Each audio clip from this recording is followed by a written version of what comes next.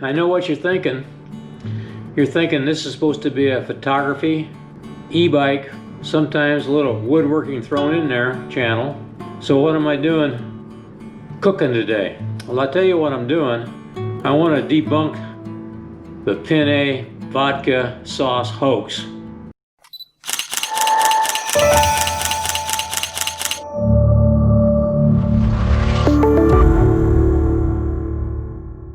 What is a penne vodka sauce hoax? Now, vodka sauce is one of my favorite pasta dishes. I just love that stuff. That vodka sauce is really great. Now, the hoax is, does vodka contribute to making the sauce? And I'm here to tell you, it contributes, the way they use it, absolutely nothing. You're wasting your time, you're wasting your money when you pour vodka into vodka sauce. Now let me explain. Here's a bottle of vodka. Smirnoff. 100 proof. What does that mean, 100 proof? That means it's 50% ethyl alcohol. Half of this bottle is ethyl alcohol, the other half is nothing but water. Now here's the thing. First of all, you have to understand the way vodka is made. Vodka is a tasteless, almost odorless, colorless liquid. And the same goes for ethyl alcohol. So what's the deal here? Well, when they make vodka, they distill it like any other alcohol. And part of the distillation process creates what's called fusel oils. And fusel oils are mostly made up of amyl alcohol. Amyl alcohol it has kind of a bitter taste, and it's used to dissolve things. A solvent, I guess you'd call it. It has a very pungent taste. As about 70% of the fusel oils. The rest of them are obscure things. Anyway, they filter vodka to get all the fusel oils out of it. Now, vodka is made in a couple of different ways. One way is in the distilling process. They can remove the fusel oils, or they can filter the vodka afterwards and remove the fusel oils. Most good vodka is actually filtered 3 or 4 different times to get rid of the fusel oils. Well, once they do that, there's no taste left to it. It's virtually tasteless. So that's the deal with vodka. Now, another thing about vodka is that it boils at 172 degrees. The ethyl alcohol in the vodka boils at 172 degrees. The water in the vodka boils at 212 degrees Fahrenheit. So when you're using vodka in making vodka sauce, which is a red sauce, well, you pour that in and immediately it starts boiling in your pan, and at that time all the ethyl alcohol in the vodka evaporates off. And if you stick a match to it, why, it'd flame up. It's called flashing off. Every recipe from all the big shot chefs like Chef John and those people on the internet that I've watched make vodka sauce, they cook their meat in the pan, and when the meat gets done, why, they pour in vodka. And immediately it starts boiling. Here, look at this picture. Immediately it starts boiling. So all that you got left in the pan is the water. And of course, it'll boil off eventually. So when they pour that in there and they say they reduce it down, what they're really doing is getting rid of the ethyl alcohol. Now, why do they add vodka? Well, supposedly the vodka is supposed to do something to the tomatoes in the sauce to enhance their flavor. So if that really works, then what you have to do then is to add the vodka after you've added the tomatoes. And you have to add the vodka below 172 degrees, or all the ethyl alcohol is going to flash off even then. I've made this sauce many times before, and I've made it without vodka, and I can't tell any difference in my sauce than the sauce I get at the restaurants. I don't make it with vodka because this is not my vodka. I had to borrow it from the neighbor because I don't drink vodka. It takes 1/8 of a cup per recipe of vodka. So you pour it into the tomatoes, and the tomatoes are sitting there simmering at over 172 degrees. The ethyl alcohol flashes off.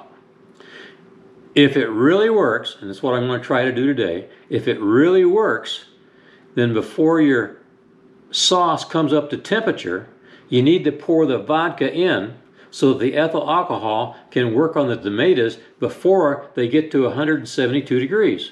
So we're going to try it that way to see if I can tell a noticeable difference in the quality of my sauce. When making penne with vodka sauce, the other ingredients, I have them all lined up over here. The first thing I want to show you is the pasta. Now, this is penne. You know, it's the little short guys that's got holes in it. This here is what's called bronze cut. It's cut at an angle, okay? And imported from Italy, and it's durum semolina. What does that mean? Durum is the type of wheat. It's the second most popular wheat grown in the world. Common wheat or bread wheat is the first most common type. Durum wheat is more elastic. It tends to stretch better, and so it makes a better quality pasta because of that. The semolina, all that refers to is the cut. It's a coarse cut. It's not a fine powdery cut. It's a coarse cut of wheat. Durum semolina. Now, you can buy, here's the cheap stuff. This is Walmart fettuccine. And if you look at the ingredients on it, it says right here, wheat semolina. Now, everybody thinks they're getting a quality pasta when it says semolina. Semolina has nothing to do with the quality of the flour and everything to do with how the flour is ground, the cut of the wheat. The important words are durum. Now, what difference does it make? Durum semolina. Oops, my battery went dead and I lost a bunch of my pictures. So what I'm going to do is tell you what's going on. The difference here in durum wheat is that with the elasticity, it will cook better.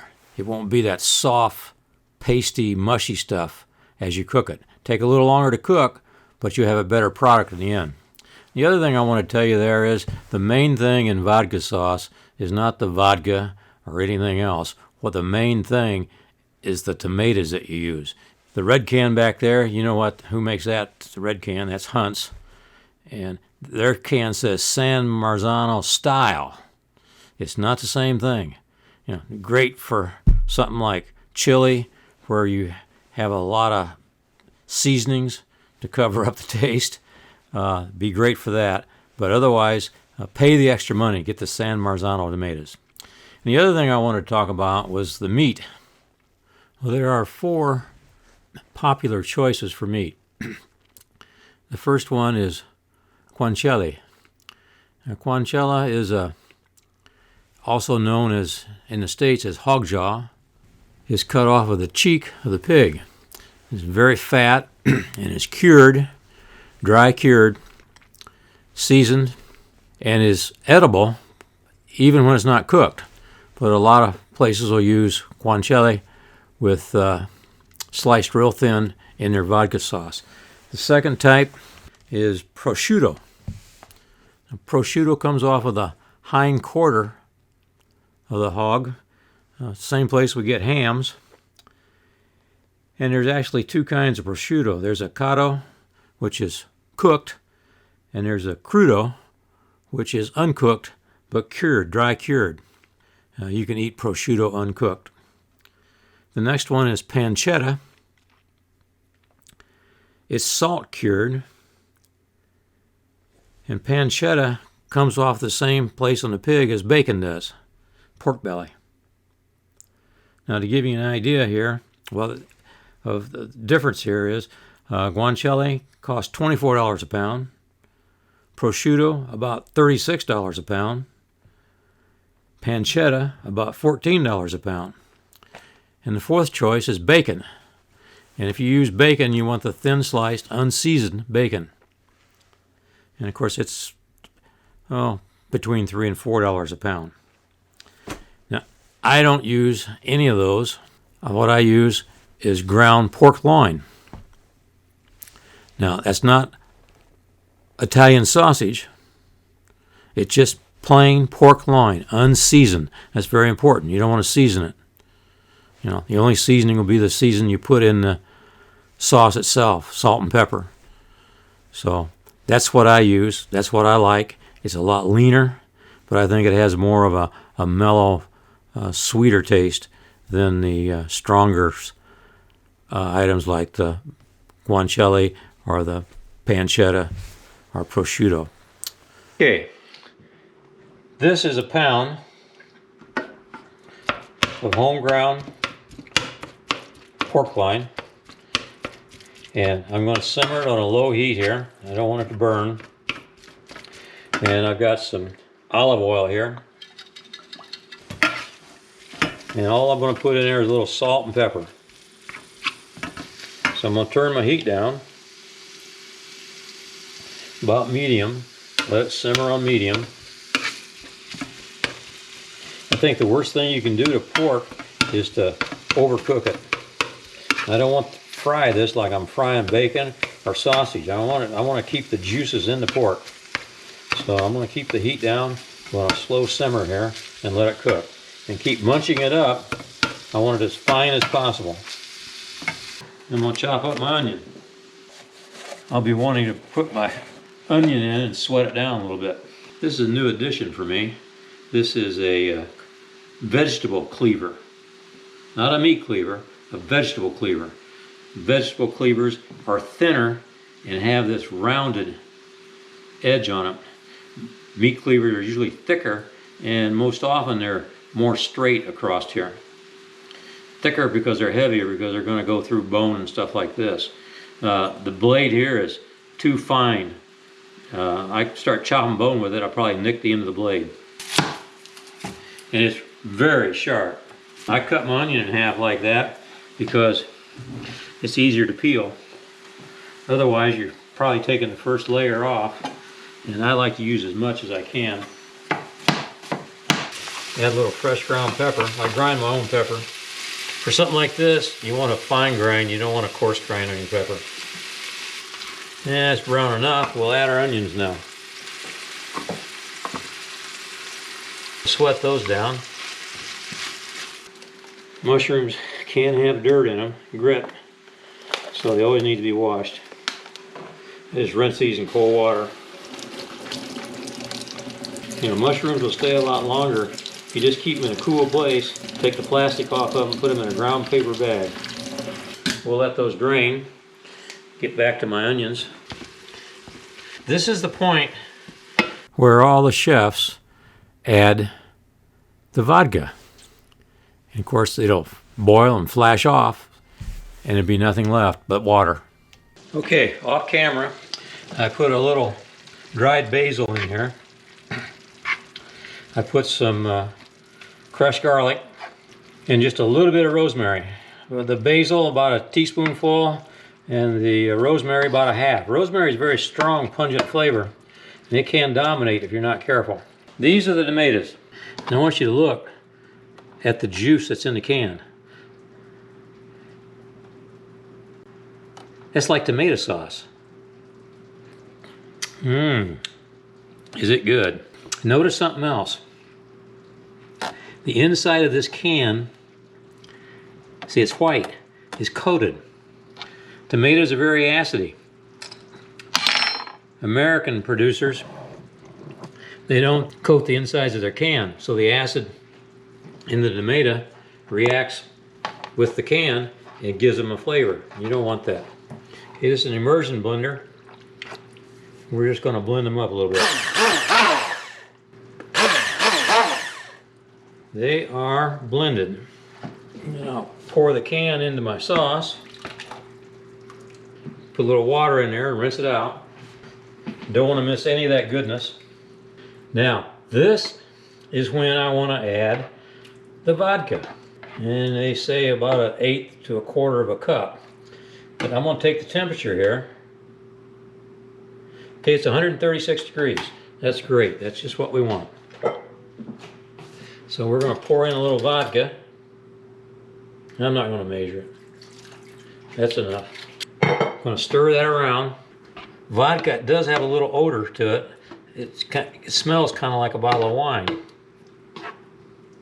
And we'll stir that around for just a little bit to let it react with the tomato sauce. Give it a taste here.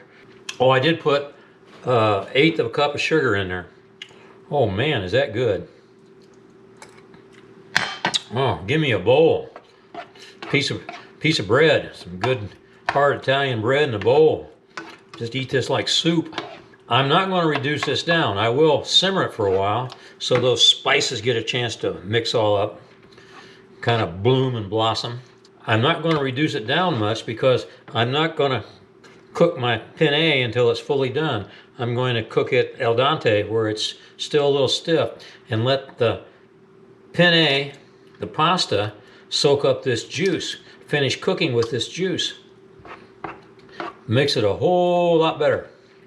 Only one ingredient left to add as soon as it comes up to a simmer is my cream, my half and half. And I'll be adding about 1/2 cup. I'll probably measure that.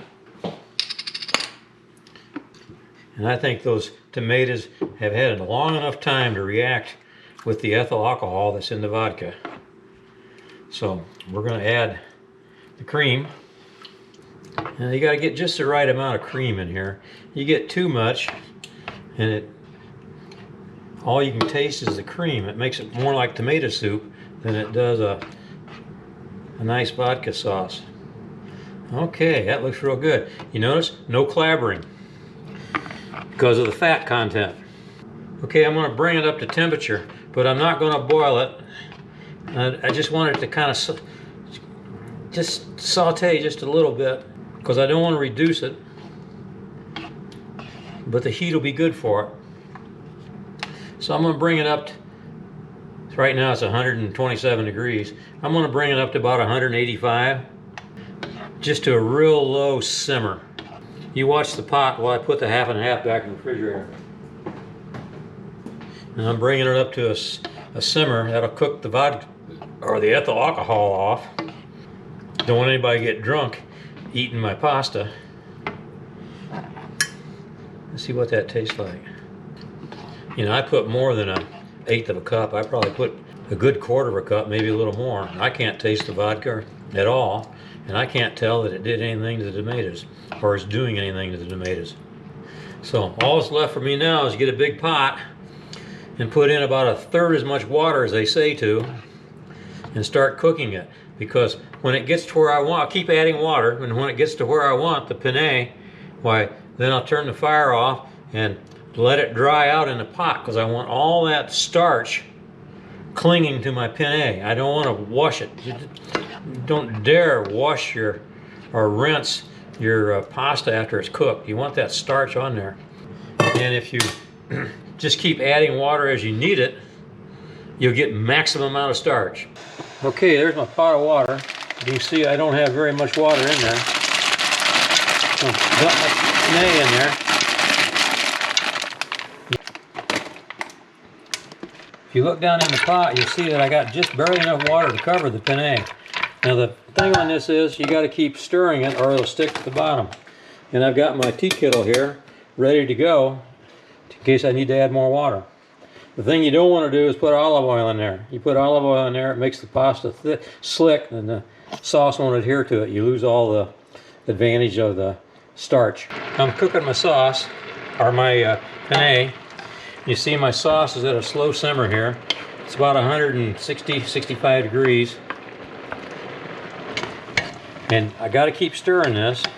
Like I said, I got my tea kettle ready in case I need more water. The one thing about Durham flour, it takes longer to cook than regular. So if your pasta is cooking like in 5, 6, 7 minutes, it's cheap pasta.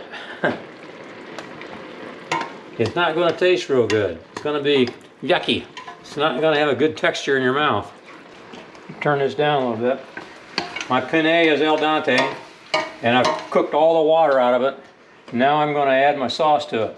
And I kept the lid on it so it kind of steam. I added water about twice, probably a cup each time.